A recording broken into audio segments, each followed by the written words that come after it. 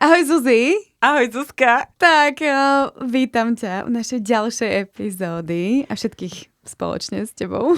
Takže nášho verného fanúšika Miška, tvojho brata. Čo viem, tak už máme tak 4 fanúšikov. Áno, pozdravujem ti moju mamku, ktorá ma otravuje, kedy bude najbližšia nová epizóda. Je to tak, tvoja mamka, moja mamka.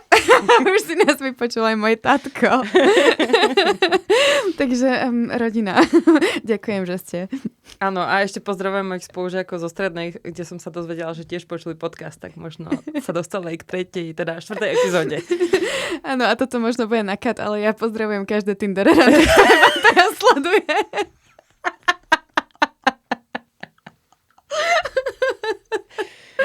Toto rozhodne z toho strihať nebudem. Diletantky. Popcornom. Tento diel bude obsahovať spoiler. Tento diel bude obsahovať spoiler.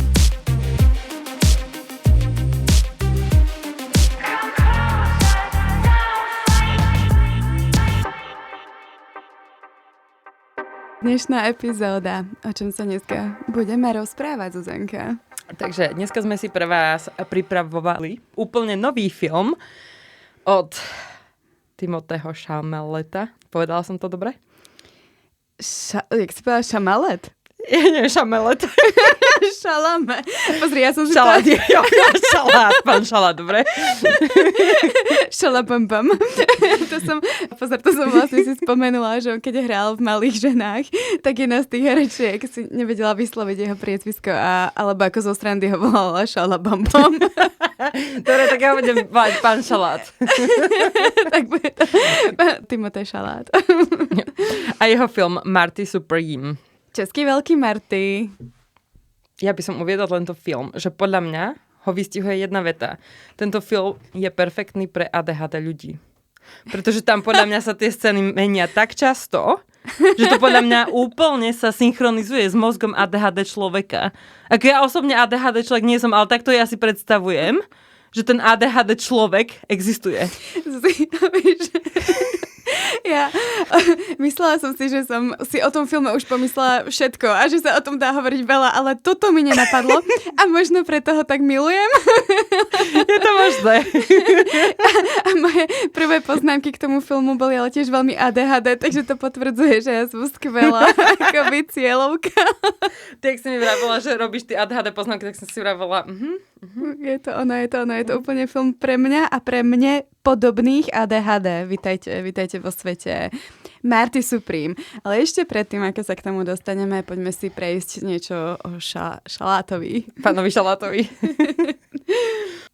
Takže, pán Šalát, akože what the fuck, pán Šalát chodí s Kardashiankou. Áno, to je vlastne tá boliestka, ktorá vznikla. A vieš čo, mne vlastne moja kamarátka jedna povedala, že ona si to predstavuje tak, že keby mala možnosť chodiť s Kardashiankou, tak by si to na ten rok skúsila, nie? To som bola ja. To si bola ty? To som bola ja. OK, dobre, tak ty si tá kamarátka. Takže Zuzka mi raz povedala, že keby mala možnosť chodiť s Kardashiankou, tak by to urobila, vyskúšala by si to, zahodila ju. Lenže on z ňou chodí už 3 roky, Zuzka. Možno mu vyhovuje.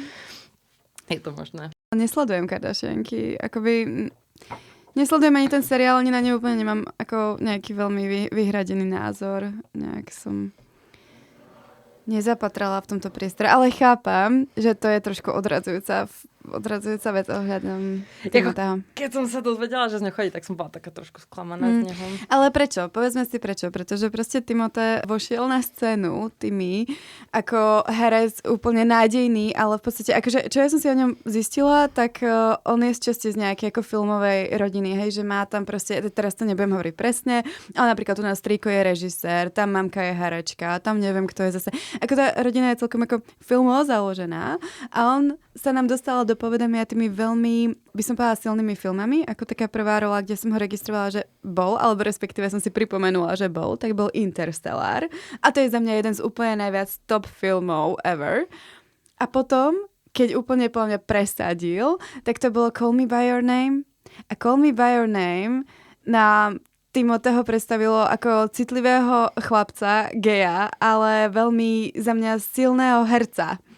A toto zosobnenie nejakej nadľudskosti alebo tohto talentu a potom Kardashianka. Presne. Tak to je ono, áno.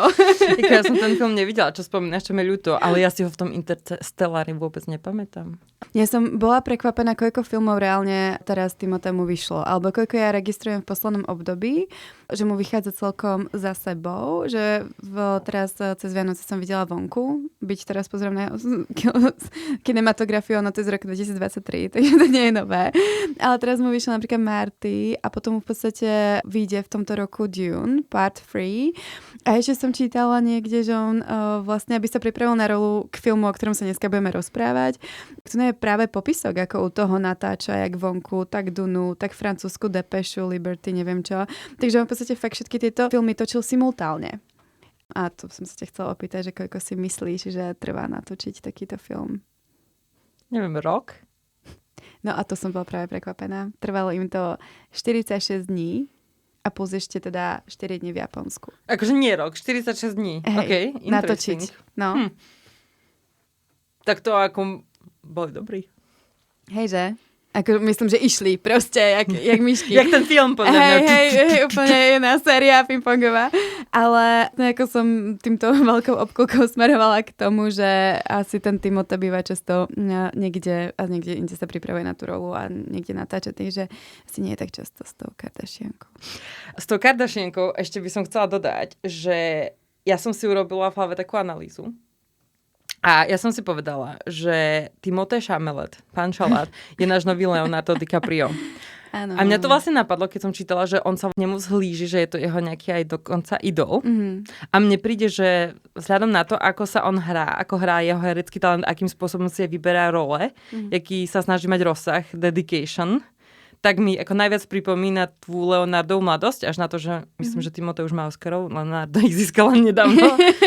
A tým vlastne sa mi urobila aj tá metafora k tomu, že Leonardo chodí iba do 25-ky, tak Timothée asi chodí iba, teraz bude chodiť s plastickými, alebo niečo také, vieš. To by mi to vysvetľovalo, že ako chápeš, si tiež nájde svoj. Možno proste v momente, keď si takto ako nadaný v niečom, tak už ten zvyšok svojho života chceš mať veľmi jednoduchý. že možno to je jak ten Jobs, ktorý si vždycky vyberie to isté oblečenie a má v šatníku to isté, tak možno tu na ako títo nadaní chlapi si vyberajú ženy, ktoré sú v niečom prosté alebo jednoduché. Hej, no.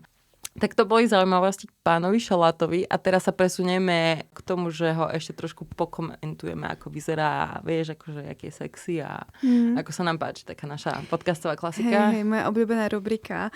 A tu, Zuzia, to chcem obrátiť na teba a spýtať sa, čo ty si myslíš o sexapile Timothého Chalamet? Som nečakala takúto vrátku späť. Akože, úprimne, ja som teraz videla nejakého recent fotky, keď si oholil celé vlasy a akože som bola taká, že to vyzerá ešte horšie ako v tom filme. A som si hovorila, že nie a myslím si, že presne tam postavil Kylie, že to ona ho k tomu donútila. Anyway, tak tam vôbec, že nie, ale tak mal knírek samozrejme aj v celom tom filme, tak to je ako niečo, čo to veľmi pozdvihuje. A mám pocit, že tu máme, no teda až na Brada Pitta, máme tu vlastne iba hercov, ktorí majú knírek a myslím si, že budeme v tomto pokračovať. Ale akože, vieš, ako každý herec má v sebe charizma. V tom filme on mal charizma. Ale nie je to úplne môj typ. Asi. Nie som úplne taká akože na ňo. Není to môj sex idol, tak by som povedala. Áno. Asi sa dosť totožňujem s tým, že on nie je určite taký typický, štandardný playboy, najkrásnejší úsmev časopisu Čarodejnica. Ja som si spomenula na Gilderoya Lockharta z Harryho Pottera, ale áno, nie je úplne ako štandardný, ale má veľké charizma. A to je asi niečo, čo je cítiť v tých filmoch a čo mňa ako priťahuje k nemu ako k osobnosti, že fakt, a možno to je tým, čo si vyberá, alebo ako, aká energia z neho ide, vlastne aj cez tú obrazovku, ale za mňa to je človek, ktorého obdivujem a možno tom sa mi to preklapa k tomu sexappealu. Ako ja by som ho chcela napríklad ako za kamaráta dobrého, takého, že best friends, vieš, akože čo ťa občas prozve na večeru. Prosím ťa, dobili do Toskánska, nie? Alebo niečo také. Ja som tak on je bohatší ako ja, tak ja som, že to bude do Toskánska aj s letenkou, private jet, všetko. Ale ako ja si myslím, že by mohol byť strašne ako zaujímavý, vieš, v tom zmysle, že vidno, že sa mu to darí, presne, keď pozrieš často do jeho posledných 10 filmov, všetko červené čísla a mňa veľmi inšpirujú ambiciózni ľudia, ktorí to zároveň aj vedia niekde dotiahnuť. Takže z tohto pohľadu mi to príde ako veľmi sympatické, ale zároveň som nikdy nemala ako taký ten pocit, že není v takej tej mojej trojke, že máš vieš troch hercov, ktorí ako keď ich stretneš, tak môžeš zahnúť svojmu partnerovi a je to v pohode. Toto hodnoté, vieš. Není v tej trojke, bohužiaľ. Hej. Pedro tam je. Dlho nebol Pedro spomenutý. Ja neviem, ako mám trojku, to by sme si mali napísať na budúce. Dobre, na budúce si to povieme, dobre, v ďalšom dieli. Dobre. Taký určite. No a teda, ale ako objektívne je to krásny chlap. Je teda vysoký, štíhly, ale má super črty a perfektné vlasy. Áno. Dobre. Keď si ich neostriha. To je pravda. No skvelé. A teraz asi po tom, čo sme rozobrali Timotého, poďme si povedať, ja som si pripravila jednu takú ako časť, ktorá je ešte zaujímavosť, je o filme, ale myslím si, že teraz je miesto, aby zaznela trošku pred tým filmom a to je vlastne marketing ohľadom toho filmu. A spýtam sa ťa, zaregistrovala si nejaký marketing pred tým, ako film vyšiel? Musím ti povedať, absolútne nie. Ja mám k tomu svoju celú časť. Ako som išla do kina, vôbec som netušila, že na čo idem a potom poviem pri tom filme viacej. Hej. Dobre. Tak mi povedz o tom marketingu, lebo mňa to nejak minulo úplne. OK, dobre, no, pretože ja ako sledujem ho na súckach Travers, zrovna herca a tento marketing je v niečom ako revolučný, čo sa týka ako toho typického štandardného kino marketingu. Hej, proste vychádza ti film, vidie nejaký trailer a teraz to studio ti to promuje a teraz sa stalo niečo, čo prišlo hrozne prirodzene, aspoň tým ľuďom, ktorí boli ako trošku súčasťou, niekde niečo zaregistrovali. Aj tie socky robili hodne fakt ako veľa, pretože ja prvá vec, ktorú som videla, bola ešte niekedy asi v lete, že to vyzeralo ako nejaký linked Zoom call, keby niekto natočil celý ten videohovor a on tam bol Timotej so svojím marketingovým tímom, ktorý pracuje v tej produkcii A24, ktorá vydávala tento film a teďko sa nejak ako bavili o tom, že aký budú robiť tomu filmu marketing. A ja až dneska spätne vidím, že on Timotej už v tej chvíli bol v role človeka, alebo bol v role toho Martyho Supreme a on im proste hovoril, jak strašne chce, aby tu bola socha slobody prefarbená na oranžovo, aby tam lietala vzducholoď s nápisom Marty Supreme a tak ďalej. A proste hrozne to prepaloval. A tam boli tie vydesené tváre z tej druhej strany, ktorých ako on briefoval.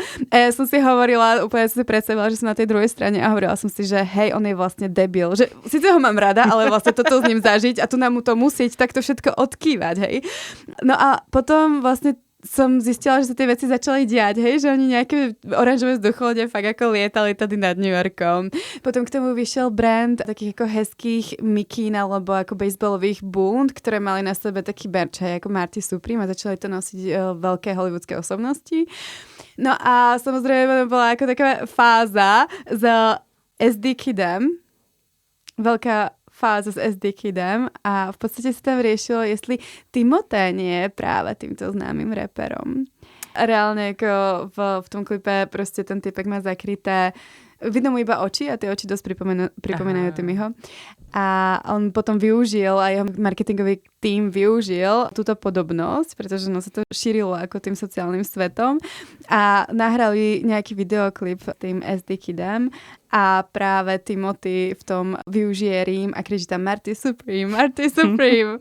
A v podstate oni robili tú reklamu za mňa, takže on bol tá tvár toho všetkého a ty si vlastne nevedela, čo sa deje, hej, a oni to vlastne aj v recenziách, v tých review sa to spomína, že v podstate ty si nevedela veľa o tom filme, ale tu nás zrazu si videla Hailey Bieber oblečenú proste v tej baseballovej bunde, potom si tam videla ten call zo Zoomu, potom zrazu si videla práve, ja neviem, napríklad toto video, hej, hudobné a tak ďalej a potom sa ti to pospája na konci a ty zrazu zistíš, že jednoducho ten film ako vidieť musíš.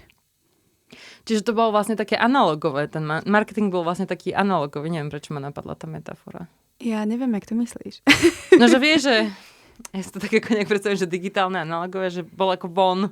Ja viem, že to nedáva zmysel, ale ako, tak by som to porovnala. Že sa dial. Áno. Hej, chápem, že sa dial ako keby, áno, že sa zosobňoval tým hercom a keby reálne ideš do tých ulic a kričíš tam Marty Supreme. Hej, presne. A ono to tak bolo, hej, že on fakt zrazu ovládol tie rôzne shows, ktorý sa objavil a aj tam vystupoval ako tá postava. On fakt ako, tým je to špecifické, že on bol tým nositeľom toho, ktorý robil tú reklamu, že si to fakt ako zaunil a kde prišiel, tak tam všetkým hovoril, poďte sa pozrieť na Marty Supreme. To je pekné.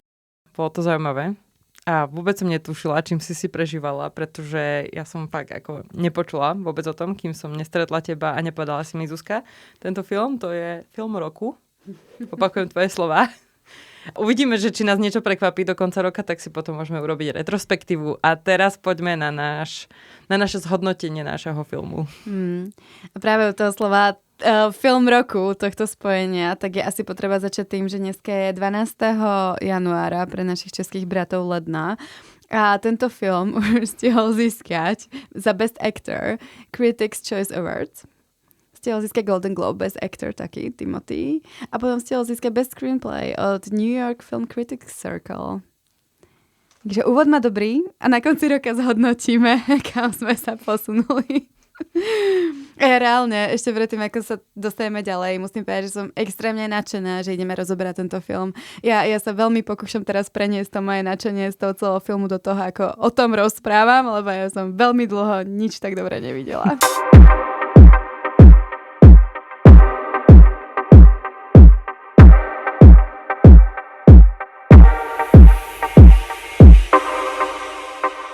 Tak, Marty Supreme.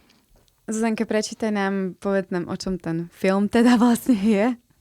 Ja prečítam iba obsah a potom si povieme, o čom ten film vlastne je. Dobre. Takže film Veľký Marty sleduje Martyho Mausera, mladého snílka z New Yorku roku 1952, ktorý je posedlý stáť se světovým šampiónem ve stolním tenise, v té době nepríliš atraktívnym sportu. Ja si myslím, že teraz není. Film sleduje jeho posedlou někdy až naivnou víru v sama sebe, která ho žene přes New York až do Londýna, Paříže i Tokia. Režisér Josh Safdie, dúfam, že to tiež hovorím dobre, kombinuje syrovosť a detailní atmosféru 50. let a silné herecké výkony v čele s Timothém Chalametom. Sorry, ale... Nejde to. Nejde to. Tak Zuzka, povedz nám ratingy. Ratingy, červené čísla. Samozrejme, na ČSFD má 87% a je to 151. najlepší film. Na IMDb sa pohybujeme 8,2. A Rotten Tomatoes to hodnotia Tomato Meter, takže kritici za 94%, čo mi ukazuje, že to sú fresh tomatoes. A potom máme Popcorn Meter, ktorý hodnotia teda diváci a tam je to 82%. Ja si myslím, že ale ten rating zodpovedá tomu, že ten ako film artisticky bol topka, ale ono to bol zároveň taký film, že to nie je pre každého, takže ja som aj trošku prekvapená, že má hodne vysoké hodnotenia. To je pravda. A čo to vlastne bol za film, jak by si hodnotila ten žáner? No, môžem ti teraz povedať moju storku o tom, ako som išla na ten film, o ktorom som nič nevedela? No, dobre. Tak išla som do kina, išla som sama s Cedricom. A bol to zaujímavé zážitok už len preto, že som tam išla sama, takže som mala tak ako, vieš, prvýkrát experience, že sama v kine, čo to je? Anyway, keď som tam prišla, tak začal ten film nie. A ja teraz akože som vedela, že to je, tam hrá Timothée a to bolo všetko. To bolo fakt všetko, Zuzka, ja som si o tom nič neprečítala, lebo som nemala čas. A teraz sadnem si tam a začnem proste tie pingpongové loptičky a si hovorím, kurník, to je nejaký športový film. A si hovorím, OK, tak som tak ako začala rozmýšľať, bude to nejakom typkovi, ktorý je ako proste nejaký dokument, alebo bol to nejaký ako reálny. Vieš, a že ňom sa hrali takéto ako vlastne víry tých otázok, že vlastne o čom to je. A potom prišla scéna, ktorú si ešte rozoberieme a odrazu sa to úplne akože vyšmýkalo na to, že to bude o vzťahoch, hej. A potom ako už nebudem spoilovať film, ale ako tie scény tak nejak začali postupne prichádzať a odrazu som mala pocit, že sa nachádzam v nejakom svete Willyho Wonku. Vieš, akože že proste nie ako žánrovo, ale že proste, že to prešlo úplne do niečoho, čo som vôbec neočakávala. Chápeš? Asi tam chápem tú metaforu s tým, že si vošla do nejakej fantázii za seba veci, pretože to bolo tak veľmi neočakávané. Áno, presne. Ty ma poznáš. Krása. Presne to som tým chcela povedať. Takže žánrovo za mňa je to o seba poznaní človeka. A to už je vlastne ako asi možno téma toho filmu, alebo nejaký motív. Ale žáner v podstate si začala hneď na začiatku, že si išla na športový film, že si nevedela, alebo dokument, hej? Alebo práve vzťahy. A ja som to otázkou smerovala práve k tomu, že vlastne what the fuck is it? Že ako proste, ono, ja keď som čítala nejaké komentáre, tak všetko to boli ako 5 hviezdičiek a potom presne niekto tam dal 2 alebo 1. Vieš, že tam neboli, že 3 alebo 4, ale fakt je tam zásadný rozdiel, že bude to ako na tom spektre toho, že je extrémne sa mi to páči, alebo na spektre toho, že sa mi to nepáči. A keď sa mi to nepáči, tak to boli štandardne komentáre typu toto vôbec nie je tradičný športový film. A nie je. Ono to je všetko, ale není to tradičný športový film. Je to dokonca drama a zároveň to je komédia, že? V niečom. A do Dark toho... komédia. Práve. Samozrejme je to založené aj na skutočných ako charakteroch niektorých alebo reáliách, takže za mňa to bol ako masterpiece, ale vlastne všetko naraz. Hej. Ma napadla ešte jedna metafora, že trošku to bol taký ten Black Mirror bez technológií. Vieš, akože Black Mirror má istý spôsob vyprávania tých príbehov, ale väčšinou tam vždycky figuruje nejaká technológia aj zneužitie a tu na nebola technológia, ale v niečom tie scény mi tak ako pripomínali nejakú tú zvrátenosť toho sveta. Aha. A ľudí. Vidíš, to som tam vôbec necítila, ale napadlo mi napríklad seriál Gentleman's, ktorý má taký ten ako rýchly spôsob toho rozprávania, podľa mňa, alebo možno tým, že tá téma tam je tiež není až tak čistá, hej, že je to seriál, ktorý videla si Gentlemanov? Ne. Je to vlastne o podsvetí britskom. Ale hrajú tam výborní... Už viem, hej, videla som to. No. A práve hrajú tam ako skvelí herci a ten príbeh, ako, ja teraz poviem, že je to ako také trošku aj krvavé, hej, tie scény nie sú vždy ako pleasing, ale na druhej strane to s tebou keby nič nerobí. A mne to trošku ten spôsob rozprávania, alebo možno tá prekvapivosť toho takého misfits sveta, tak mi pripomenula práve tento seriál. Ale samozrejme nie je to úplne, ako nedá sa to až tak zrovnať. Hej, no. Ale ako, toto bolo pre mňa strašne fascinujúce, že ja si myslím, že keby som si o tom prečítala niečo, tak by som vlastne nemala tú experience na začiatku toho filmu, že ja som fakt bola v šoku, že na čo si ma to poslala. Prvých asi 15 minút. Chápem. A inak možno ešte dobrý čas predtým, jak zabrúsime do nejakých tých útrob tohto filmu, tak si povedať, že ja som vlastne dosť teraz riešila aj tú F1, čo sme mali ako tú poslednú časť, čo je športový film. A práve si to zrovnať s tým, tak mne jedna z veľkých vecí, ktorá sa tam odohrala, je, že ja som teda potom, čo som videla ten film, tak som mala asi dvojdenný stále taký, ako keby som bola pod perinou tej emócie z toho filmu, že zavrala som oči a videla som tam presne, jak si nám popisovala, tak som tam videla vlastne tú tvár toho Timothyho s tými jeho ako jazvami a teraz to znie veľmi drasticky, ale on vyzeral ako sympaticky v tých záberoch, ale v podstate fakt, že tá emócia z toho filmu bola tak silná, že sa ma držala dosť dlho. Mňa pritom napadlo, že dneska sa mi snívalo, že som havarovala auto, tak si myslím, že ak teraz hovoríš, že tie emócie boli tak silné a mne sa v živote nestalo, že by sa mi snívalo, že som havarovala auto a išla pri ňom zomrieť. No, a v tom filme to bolo... Áno, a podľa mňa sa teraz strašne ako tak prirodzene dostávame k tomu, že aký to bol kurva kolotoč emócií. Ja som vyšla z toho sálu a ja som si vlastne ako potrebovala to fakt spracovať. Dala som si nealkoholické pivo. Mimochodom asi typ najlepší bakalář nealkoholický v Bioloku, odporúčam. A fakt som tam stála a teraz úplne jak taký ten otec, vieš, ktorý si ide proste na to pivko. Tak som spracovávala tie emócie a vlastne som si hovorila, čo z toho cítim. A opakovane sa mi tam len vracal ten pocit tej session, tej pipovkovej session, že vlastne nevieš, na čo sa máš sústrediť a neustále otáčaš tú hlavu a máš tam taký ten bás, že ja som potom už vidím, aká si prekvapená teraz. No mne došla úplne metafora asi najväčšia toho filmu. No. Oni ho vlastne spravili ako ping-pong. Proste ideš jedna scéna, druhá scéna, jedna scéna, druhá scéna, Úplne to má pred hlavou teraz. Hej, mne sa to tiež strašne páčilo, že to bolo to, čo sme dostávali. A každá jedna scéna ďalšia bola úplne Ja ani nemôžem povedať, že by to bola lepšia scéna. Oni boli proste equally dobré. Oni boli fakt ako všetky si rovnocenné a ja už som netušila, kde ma to ešte môže akoby zobrať. Čo ešte sa môže stať.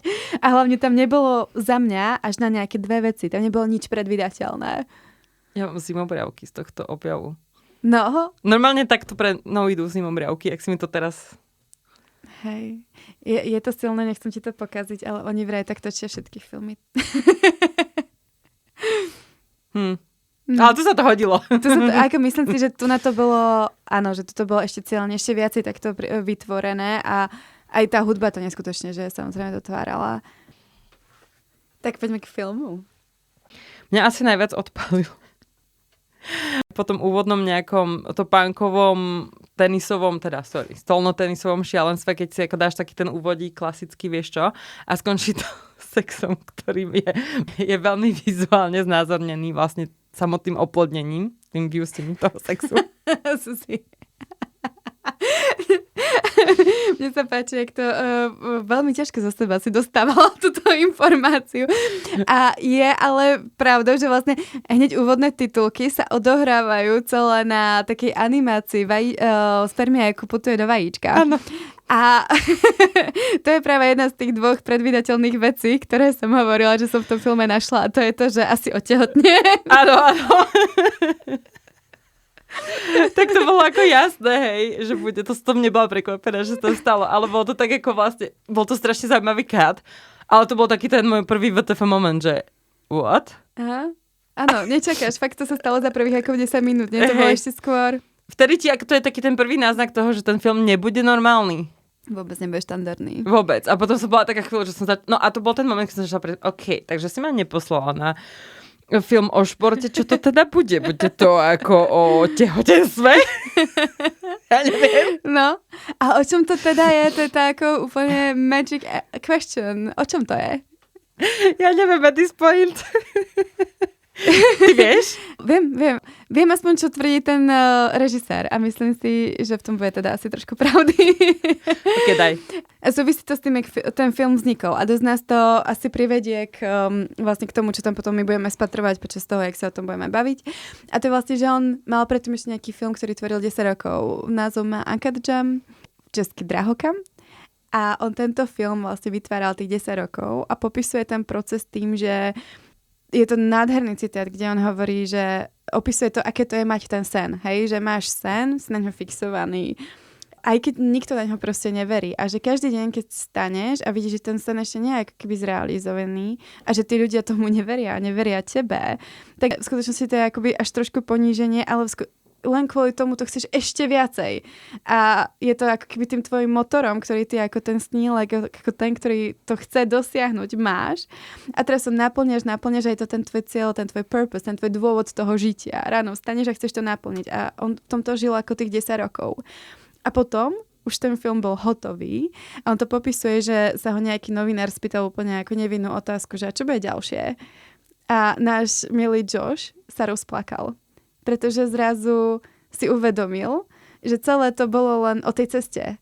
A že vlastne on je teraz keby ten snílek, ktorý tam je sám, ktorý už reálne akoby nemá zrazu ten cieľ.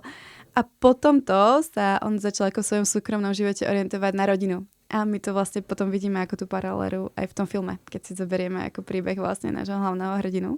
Zimomriavky číslo 2. Jako fakt je to také ako wow. Je no. A práve aj tento film má ako podtitul a teraz neviem, nechcem si ho vymýšľať, ale je to film dedikovaný ako všetkým snílkom, tomu, že the dreams are for the lonely, že všetko prichádza s nejakou cenou, že na konci, keď tam si, tak väčšinou ako stojíš sám, no. A potom je tam tá samozrejme veľká otázka toho, že tak za čo sa vlastne oplatí žiť, hej. A ten film ťa ako nejako sprevádza práve tým Martým, ktorý má tú obrovskú ambíciu, ktorý má to, že je najlepší v športe, ktorý ale nikoho nezaujíma. A teraz svojou ako nejakým egocentrizmom a nadšením a tým, že je to extrémne nesympatická postava. Ja som ako fascinovaná z toho, jak on je hrozne vlastne, on je klamár, on si nikoho neváži, on tam v podstate každého zneužíva a napriek tomu ty mu fandíš a ideš s ním tú jeho cestu, hej. Že vlastne z takto ako nesympatickej postavy, ktorá na papieri by za mňa vôbec akože by som si povedala, hej, to je totálny ako magor, tak pre mňa aspoň sa z neho stala osoba, ktorú som chcela vidieť vyhrať nad tým endom. Ako chcela. Ja neviem, pretože keď bol ten koniec, ja som si kladla tú otázku, že či vlastne chcel, aby vôbec vyhral, pretože pre za mňa bol taký strašný dick. Bol dick. Strašný, že ja som sa vôbec nevedela ako na tej morálnej možno, alebo personálnej úrovni s ním sotožniť, ale ako mňa ten film bavil, len proste ja som tam mala ako extrémnu dilemu a konflikt počas celého filmu a vieš, ak som si to kompenzovala? Že ja som polku filmu strávila s tým, že som rozmýšľala, kde je ten pes. A čo sa s ním stalo? A to bolo jediné, čo ma zaujímalo. Akože Moses. Moses sa volá, áno, že? Moses. Mňa jediné, čo zaujímalo, bol osud toho psa. A v momente, keď sa to ako tak vysvetlilo, nie tak, aby som bola šťastná, ale OK, aspoň som si mohla to domyslieť. Mm-hmm. Tak už potom ako ten príbeh končil v podstate. A ja som si začala vlastne klásť tú otázku, že vedela som, že sa už chýluje k tomu finále.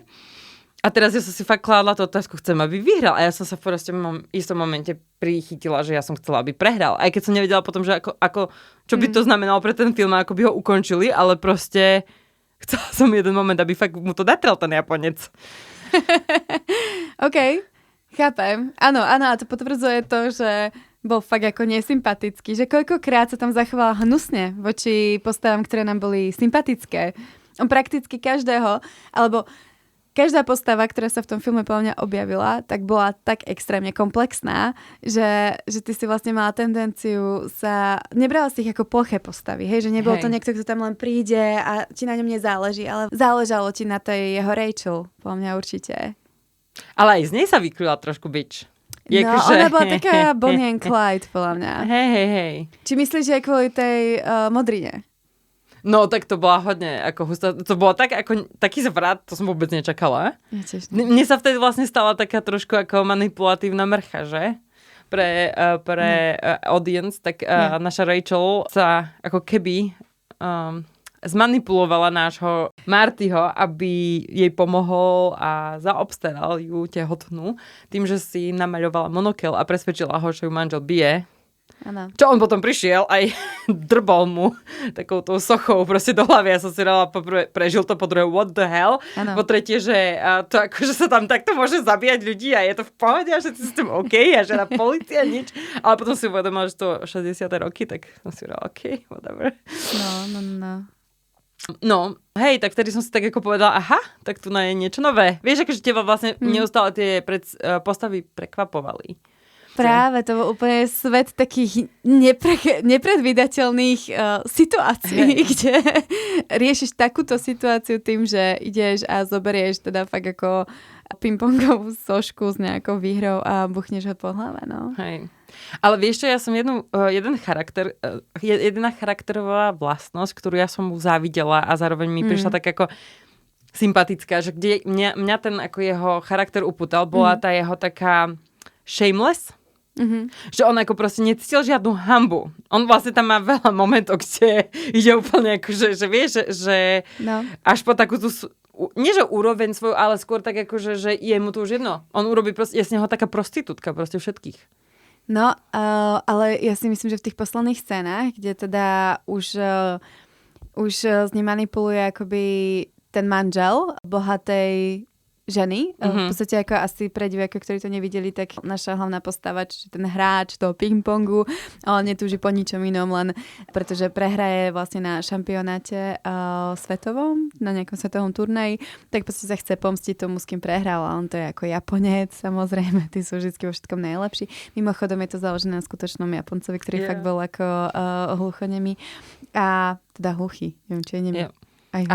Takto, on, neviem, ako bol ten skutočný Japonec, ale ten, čo to hral, bol určite hluchonemý. Ten herec, fakt to hral hluchonemý herec. Tak teraz neviem, či som to nepopredla, a či aj ten Japonec ako ten... To už neviem, to som nenašla, ale ten herec bol určite hluchonemý. čo to hral. Dobre. No, takže vlastne on ho chce akoby poraziť a jeho cestou, ako ho poraziť, tak mu jeden milionár, čiže zhodou okolností ako manžel milenky nášho Marty Supreme, tak mu ponúkne cestu, ako sa dostane na ten turnaj. Pretože on samozrejme, naša hlavná postava nemá peniaze a celý čas to nejaký ako struggle o tom, jak tie peniaze na tú letenku do toho Tokia dostať. A v momente, kedy... A tá cesta ako vedie cez jeho práve za mňa najväčšie poníženie. A to najväčšie poníženie je v tom momente, kedy on musí prehrať s tým Japoncom na nejakom ako komerčnom turnaji, aby sa dostal na ten reálny šampionát. A ešte predtým ho tam zbije v podstate tou pingpongovou... Česky to je pálka, neviem, jak to je u nás po slovensky, ale tá taktiež je akoby nejakým symbolom tej prehry. A on ho tam vlastne donúti sa vyzliecť a napláca mu na zadok. A to si myslím, že je extrémny moment fakt ako strápnenia, kedy tú bolesť a tú trápnosť tá postava cíti, kedy ona fakt v tejto chvíli až sa trošku scvrkáva a ide do takého toho dobrého chlapca, len aby sa dostala, aby mohla ďalej pokračovať za tým svojim cieľom, ale tu už ide fakt za mňa cez seba. Je to pravda, lebo ako tam je jasný ten power imbalance, hej, v tomto vzťahu. Takže on tam ako keby, máš pravdu, že väčšinou počas toho filmu s tými ostatnými ľuďmi, on sa ako keby tvári, že on je ten vyššie. On má naviac.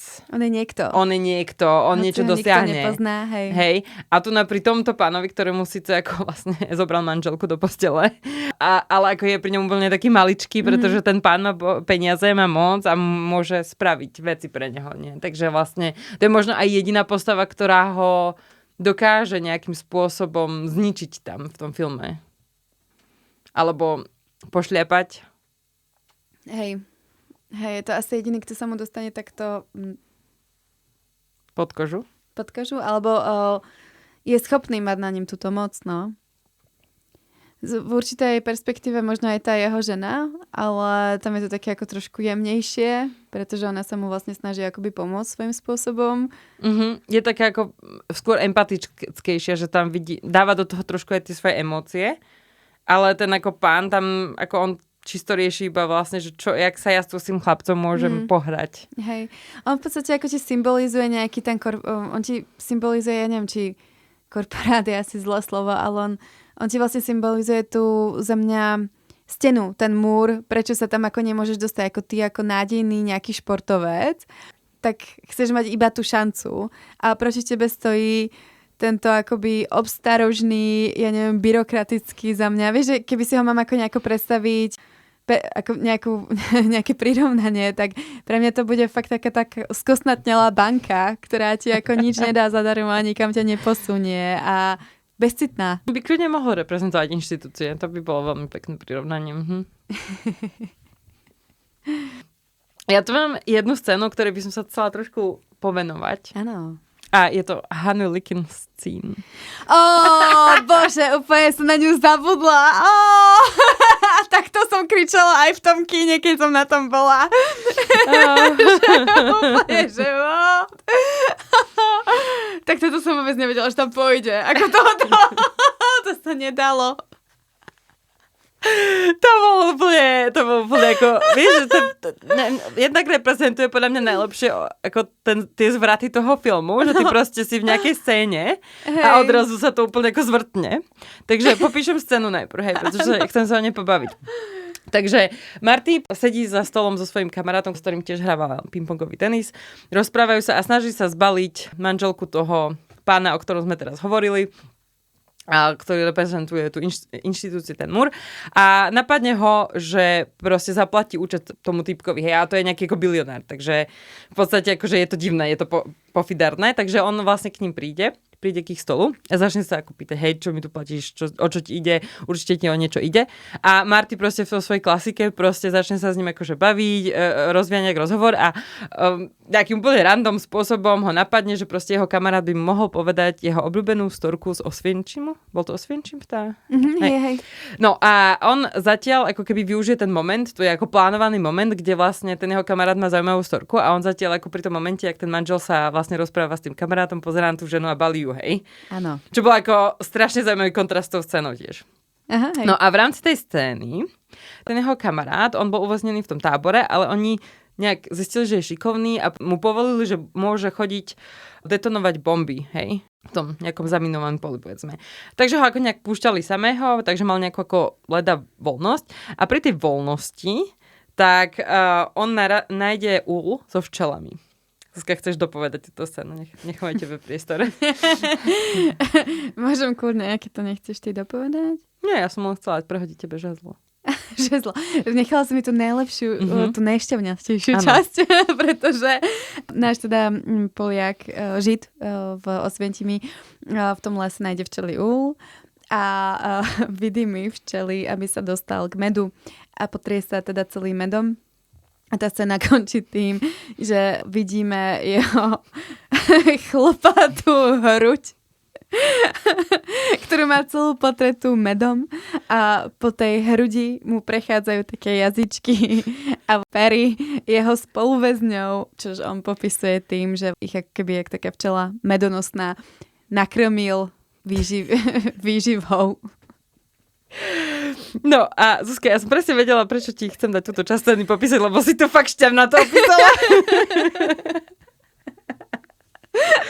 Tak je to jedna scéna, na ktorú ľahko nezabudneš. No a na internete je k tomu ako veľmi zaujímavá diskusia, pretože tá scéna vo strašne veľa ľuďoch reprezentuje veľa rôznych metafor a asociácií a mňa by vlastne zaujímalo, že čo v tebe spôsobila, keď si bola v tom kine. Ako si ju ty vnímala?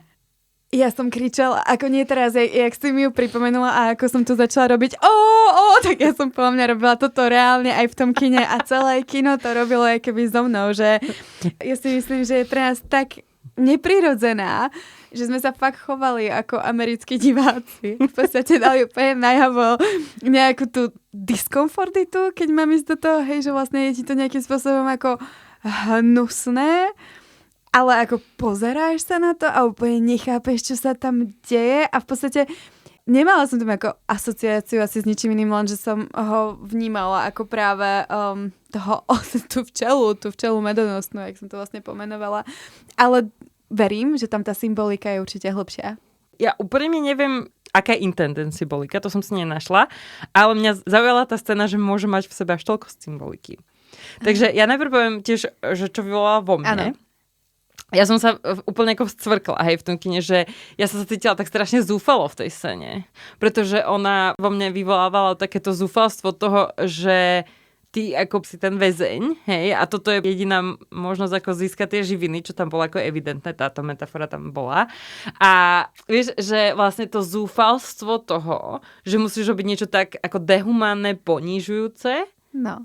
A akože pre mňa bolo až traumatické, ale zároveň strašne pochopiteľné, že som mala také ako aj zároveň obrovské pochopenie voči tým ľuďom. Samozrejme, že to bolo nechutné, ale akože zároveň akože máš pochopenie a vieš sa stotožniť s tým, že keby si bola v ich situácii, pravdepodobne robíš úplne to isté.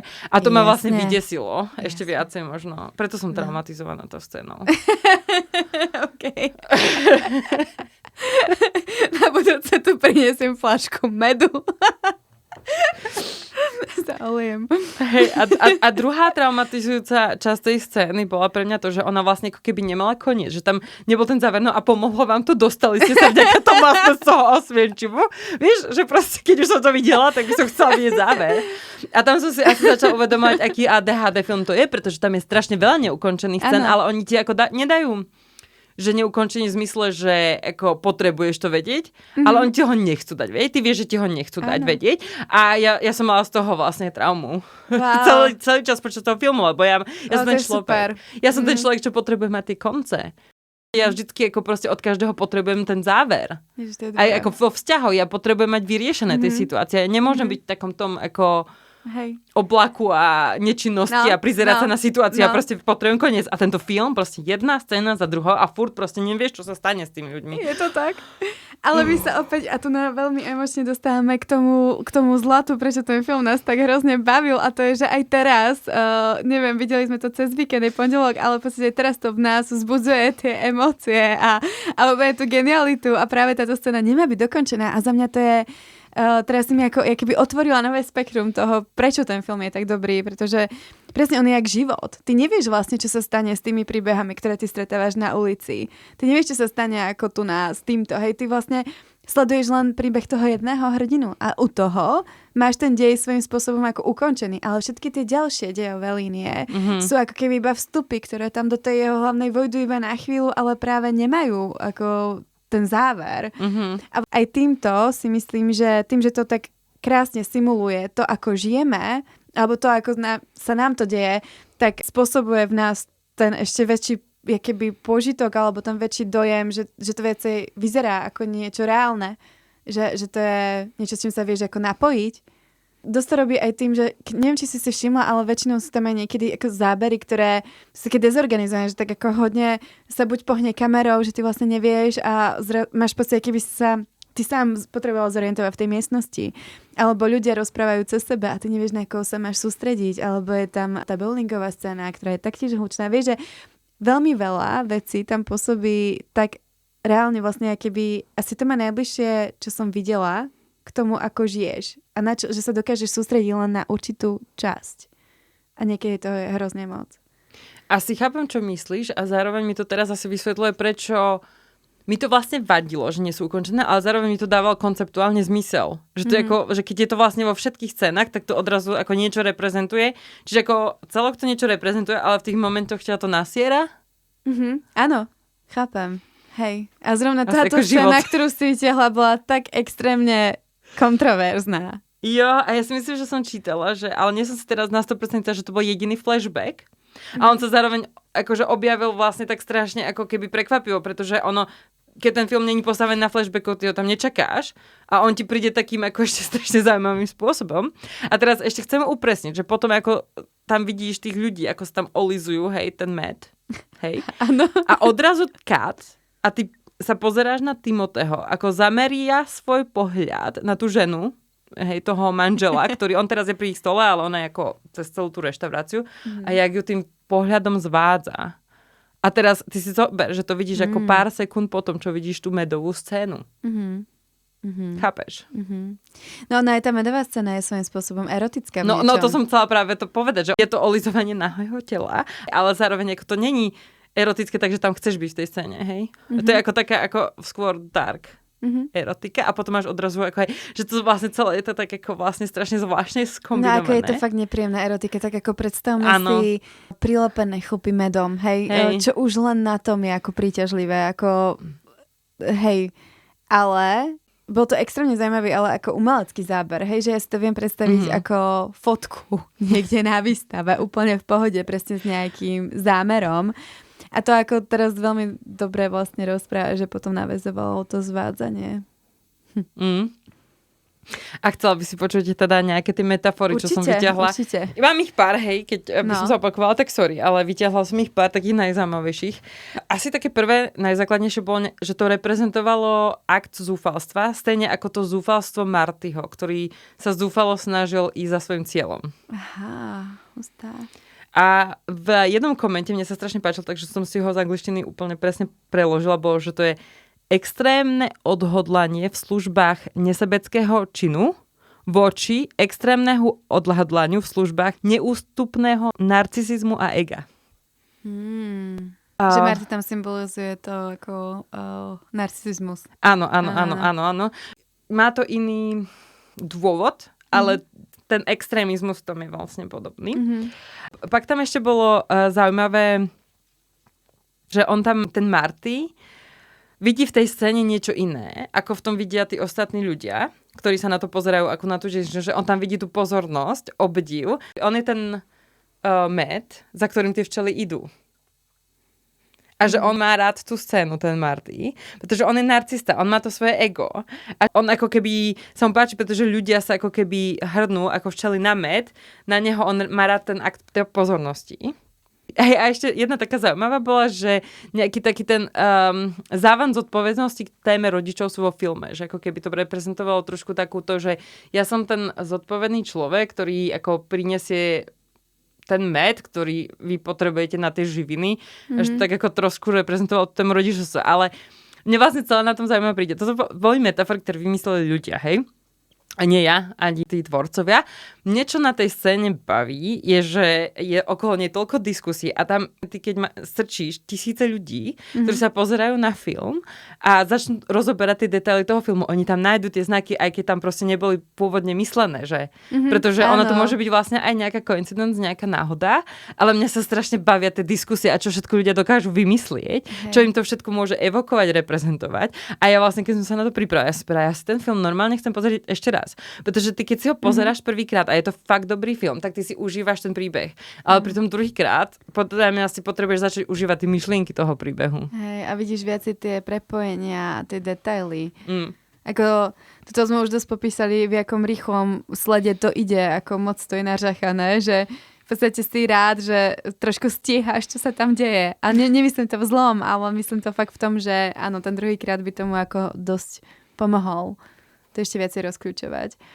Dík za rozber scény a mne u toho preleteli všetky tie scény, ktoré tam boli za mňa obrovské. Hej, že vlastne chcem sa porozprávať ešte o dvoch, ktoré som si vybrala, že sú pre mňa takým nejakým spôsobom, že so mnou rezonovali.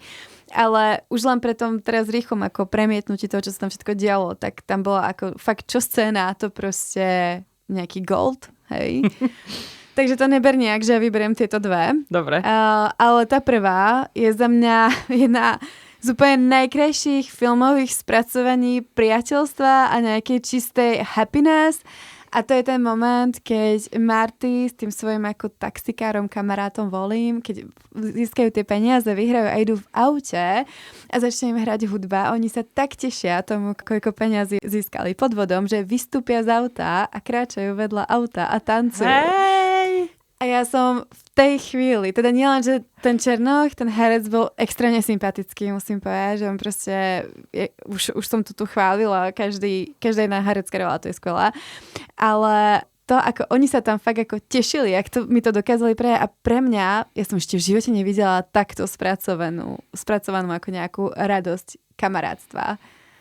Ja som sa úplne smiala, ja som sa usmievala, ja som bola veľmi šťastná v ten moment a nič podobné som v živote nevidela, akože vo filme.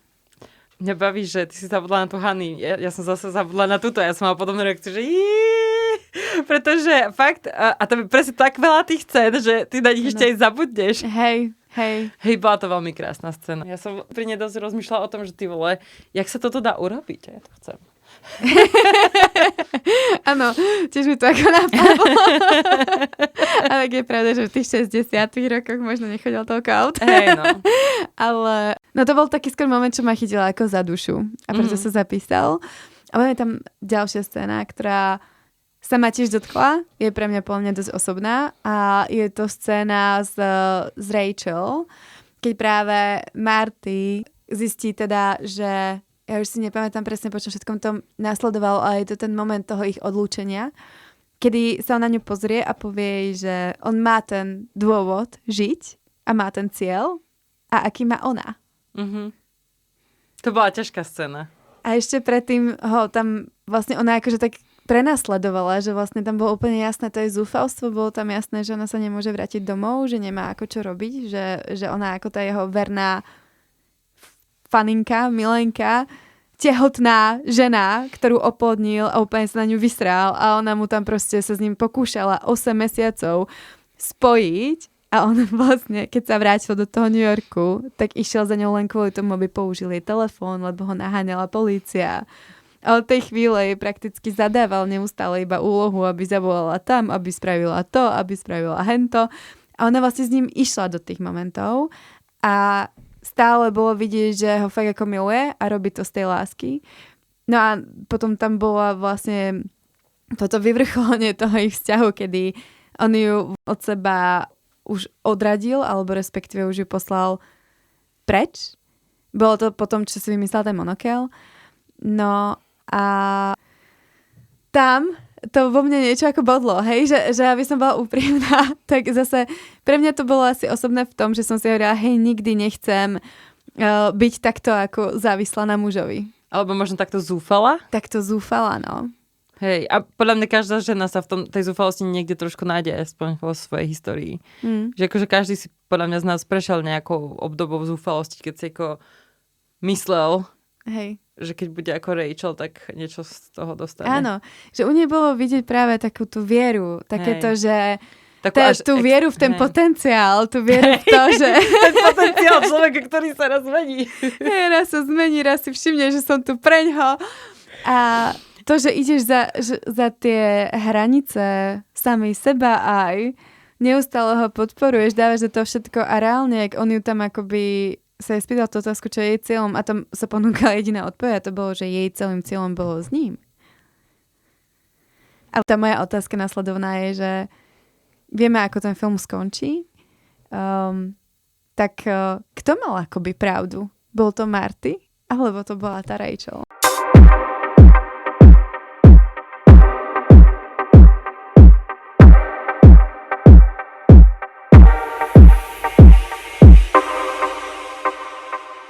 Že či Marty a ten jeho prístup toho potrebujem si toto dokázať, som ambiciózny, som egoista, nechávam všetkých, komu na mne záleží, ich iba využívam, aby som sa ja trošku dostal bližšie k tomu môjmu cieľu. A potom to je tá Rachel, ktorá zase obetuje všetko, aby jemu pomohla. Mm-hmm. Hej, a že vlastne z nejakej asi väčšej perspektívy toho života, toho prečo tu sme, tak čo je ako lepšie? To je zaujímavá filozofická otázka. Ja si myslím, že na tom filme bolo krásne ukázané, že to není ustojiteľné, aby si žil ako Marty dlhodobo. Že vieš presne, že tam boli nejaké tie krátkodobé mechanizmy, mu fakt pomáhali dostať sa ďalej. Ja si ináč myslím, že mal aj on extrémne nešťastie, pretože tam fakt, akože jak on sa snažil zohnať tie peniaze na ten svoj trip, jemu sa to proste furt niečo posralo, hej, že proste oni vyhrali tie peniaze a potom ich napadli tí ľudia, od ktorých tie peniaze zobrali, hej, a celú benzínku tam prepálili. A ja neviem vlastne tam, či sa tie peniaze nezapálili s tým, hej, stratili psa. Potom sa snažili ako získať toho psa, potom ich tam išiel niekto, vieš, akože furt mali nejaký cieľ, ako urobiť ten next step, povedzme, že vymysleli dobre, ale furt im to niečo posralo, ale ako častokrát ich vlastnými chybami, že napríklad tá scéna v parku, keď on dostal od nej ten náhrdelník, tam už keby sa si povedal, OK, mám to a idem, ale nie, on sa rozhodne, že wow, toto je super hot a ideme sa spolu teraz vyspať a potom ich pri tom prichytia policajti, že proste tam ťa to vlastne... Séria zlých rozhodnutí. Taká séria zlých rozhodnutí a ty si už len vravíš, že kedy sa im to konečne podarí, že to už není možné, že to už taká trošku parodia. Ale ako čo to vystihuje dobre je, že ty ako keby môžeš využívať ľudí krátkodobo a tebe sa asi niečo podarí, nejaké tie kúsky, ak budeš mať lepšie šťastie ako Marty. Ale z dlhodobého hľadiska ťa to dorazilo, lebo ja si myslím, že reálne na ňo tam po tej pôrodnici čakala polícia niekde, však on proste tam niekoho zabil, tam niekoho zranil, tam niekoho uhorel, nezaplatil pokutu, vieš, že proste tam akože, viem, že boli 60-ky, ale ako at some point sa tá zodpovednosť musela niekde, už len minimálne ten manžel jej, vedel, že kto ho uhodil do hlavy, nie, tak už len ten mohol na ňo podať žalobu. Asi nepodal. Ale minimálne ten striko podal, čo mu zobral tých $700. Hej no. Hej. A uznám, že tá moja otázka bola dosť ako filozofická a vlastne pravda bude niekde v strede. Ale ma to prinútilo ako sa nad tým zamyslieť, no. A tak oni boli v podstate obidva i svojím spôsobom zúfali, hej? Áno. Obidvaja. A ty vlastne nechceš byť... nejakom prekliatí. Áno, a svojom nejakom prekliatí, že podľa mňa ty nechceš žiť život ani ako jeden z nich. Ale zároveň, akože sú tam črty, ktoré sú sympatické, hej? A ešte sa vrátim vlastne k tej shamelessnosti.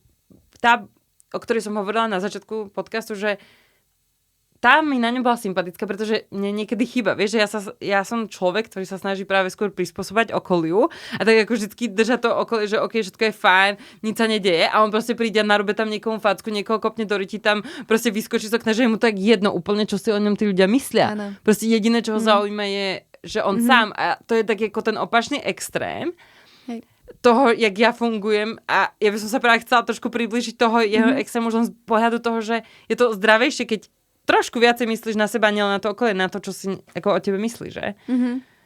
Hej, myslím ale, že tá jeho postava bola tým charizmatická, že to bol taký fiťuha.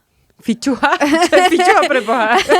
Som použila slovo, ktoré neviem, či existuje, ale že práve, že bol taký príliš sebavedomý, až príliš egocentrický, všetko to už sme si povedali, jak robil tie rozhodnutia, ale on bol charizmatický v tých momentoch, keď sa mal prezentovať.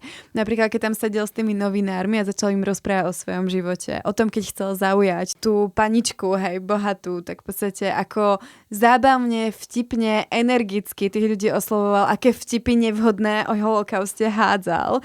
Všetky tieto veci, ktoré vytvárali reálne jeho keby osobnosť, tu ako sa ukazoval na vonok, mne prišli veľmi príťažlivé a to mi prišlo ako niečo, čo som tiež závidela, ako toto sebavedomé vystupovanie. Našla som to inšpiratívne.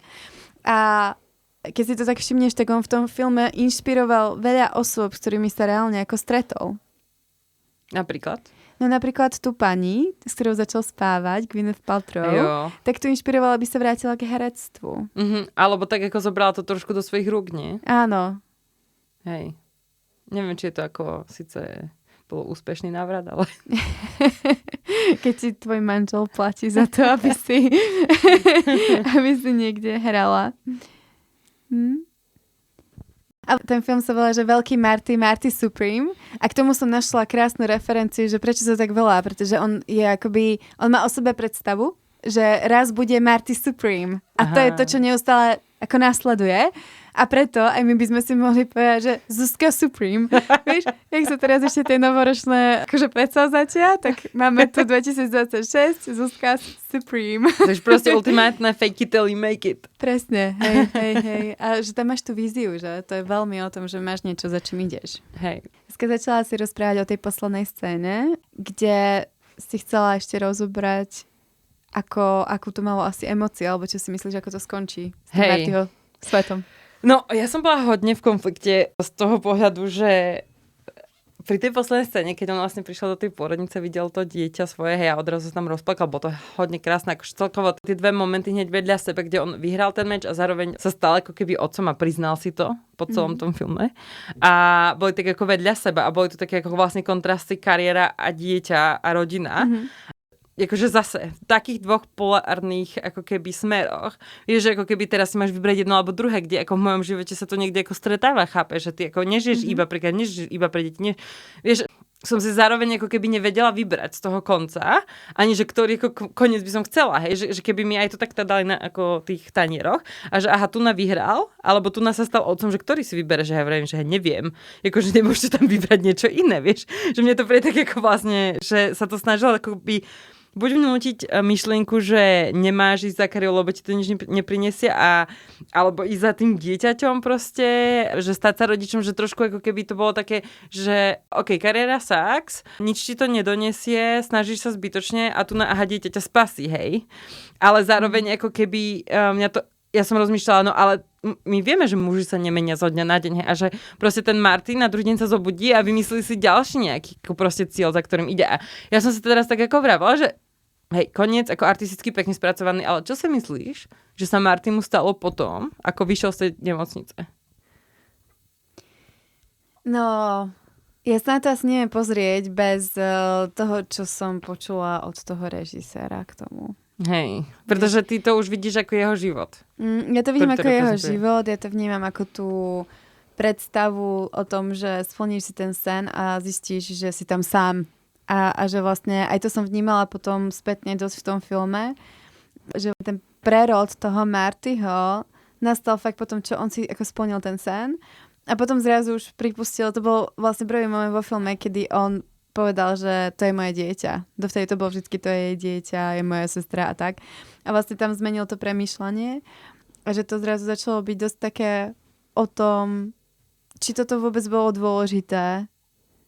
Na druhej strane verím, že ak by si neprešiel to výhrou a tým, že si to naplnil, tak by nebol schopný sa dostať do toho level 2. Je to pravda, ako môžeš aj keby sa na to pozerať ako na taký nejaký game. Asi hej, ale zároveň ja neviem, ja si ho proste ako charakter neviem predstaviť, že tak ako odrazu šifne, že vieš, že ako keby, že to bolo iné, že vieš, že tá eufória z toho vyhratia meču možno stačila na to, aby on proste ten, povedzme, týždeň potom, čo sa vrátil z Japonska, tak bude otec roka, ale ja si myslím, že sa začne proste po týždni nudiť a on zase vymyslí nejakú novú, ako nejaký nový projekt. Takže Možno sa nejak upgrade, hej. Ja si myslím, že ako to dieťa určite bude mať rád, že tým otcom bude, že to bude tiež jeho nejaký ako projekt, ale zároveň si neviem predstaviť, že sa úplne teraz akože vieš, presťahuje na vidiek, a tam si ako proste kúpi kosačku, bude kosiť ten trávnik, tam pohľadka manželku, zobere dceru do škôlky a happy end. Ako to si neviem predstaviť. To je ako extrém, ktorý podľa mňa tam nesedí do toho. Ja viem, prečo to hovoríš. Úplne tomu rozumiem. Myslím si, že z nás rozprávajú traumy.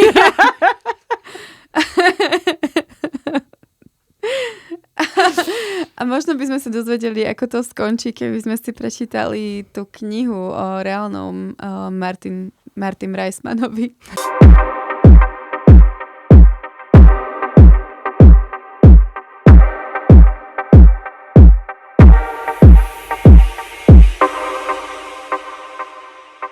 Tak dúfam, že ste sa pri našom podcaste dneska bavili.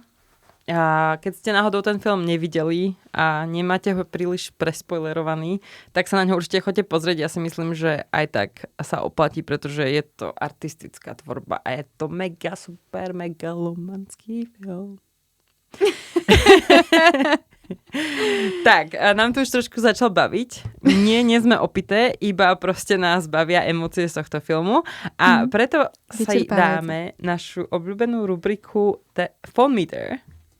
Zuzka. Phone Meter. Povedz mi, aký bol tvoj vzťah k mobilu počas tohto filmu? Ak mám byť úplne úprimná, budem transparentná. Uh-huh.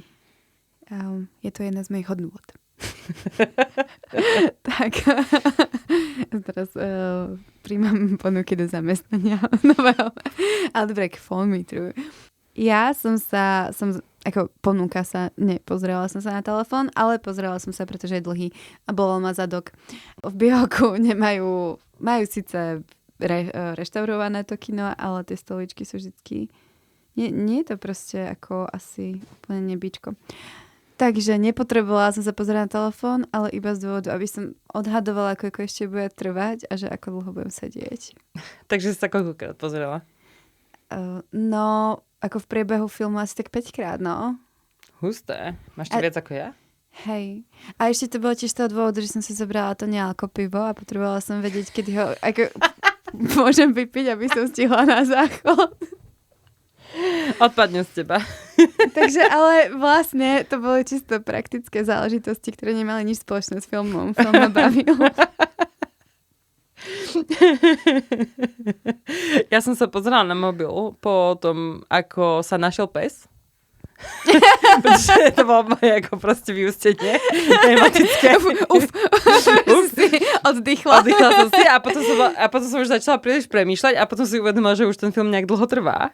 A že proste furt tam, lebo on at some point, že začneš byť trošku vyčerpaná, tak ako tie postavy z toho, že oni furt ako sa snažia získať tie peniaze a nič sa im nedarí. Áno, hej, to je pravda. A at some point ja som dospela k tomu vyčerpaniu, že som sa tiež ako pozrela, že ty vole, kde sme. Jak dlho sa mi ešte nebude dariť.